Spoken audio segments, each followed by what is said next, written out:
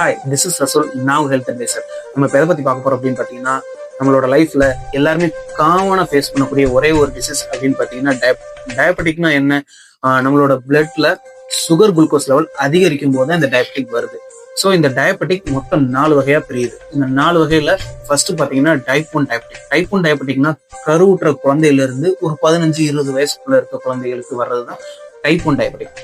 Type 2 diabetic அப்படின்னு பாத்தீங்கன்னா பெரியவங்களுக்கு வரக்கூடிய டயபெட்டிக். இந்த டைப் 1 டயபெட்டிக்கும் டைப் 2 டயபெட்டிக் என்ன வித்தியாசம் அப்படின்னு பாத்தீங்கன்னா, டைப் 1 டயபெட்டிக்ல இன்சுலின் சுரக்கவே சுரக்காது. ஆனா டைப் 2 டயபெட்டிக்ல இன்சுலின் சுரக்கும், பட் ஆனா வேலை செய்யாது.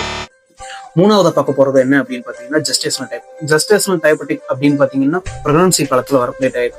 இதுல ஒரு சில மதருக்கு பிளட் குளுக்கோஸ் லெவல் ஹையா இருக்கும். இது ஒரு சில பேத்துக்கு அப்படியே லைஃப் லாங்க கண்டினியூ ஆகும் வாய்ப்பு இருக்கு. ஒரு சில பேத்துக்கு அப்படியே நிற்கவும் வாய்ப்பு.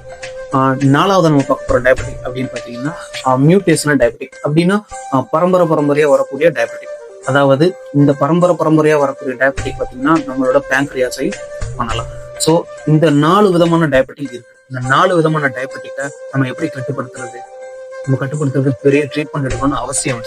என்னவா இருக்கும்? எனக்கு என்னடா தெரியும், கேளுடா. நம்மளோட லைஃப்ல டெய்லி ஆக்டிவிட்டிஸை கரெக்டா சேஞ்ச் பண்ணாலே இந்த 4 வகையான டயபெட்டிக்கை கட்டுப்படுத்தலாம். இதை விட முக்கியமான ஒண்ணுன்னு பாத்தீங்கன்னா, நம்ம ப்ராப்பர் டயட் எடுக்கணும் அப்படின்னா, ப்ராப்பர் உணவு முறையை ஃபாலோ பண்றோம் அப்படின்னாலே இந்த டயபெட்டிக்கை ஈஸியா கண்ட்ரோல் பண்ணலாம். இந்த ப்ராப்பர் டயட்டை எப்படி ஃபாலோ பண்றது? அதுக்கு நீங்க செய்ய வேண்டிய ஒரே ஒரு வழி, எங்களோட பேஜை ஃபாலோ பண்றது. தேங்க்ஸ் ஃபார் வாட்சிங். பாய். மறக்காம சர்ப்ரைஸ் பண்ணுங்க. தேங்க்யூ.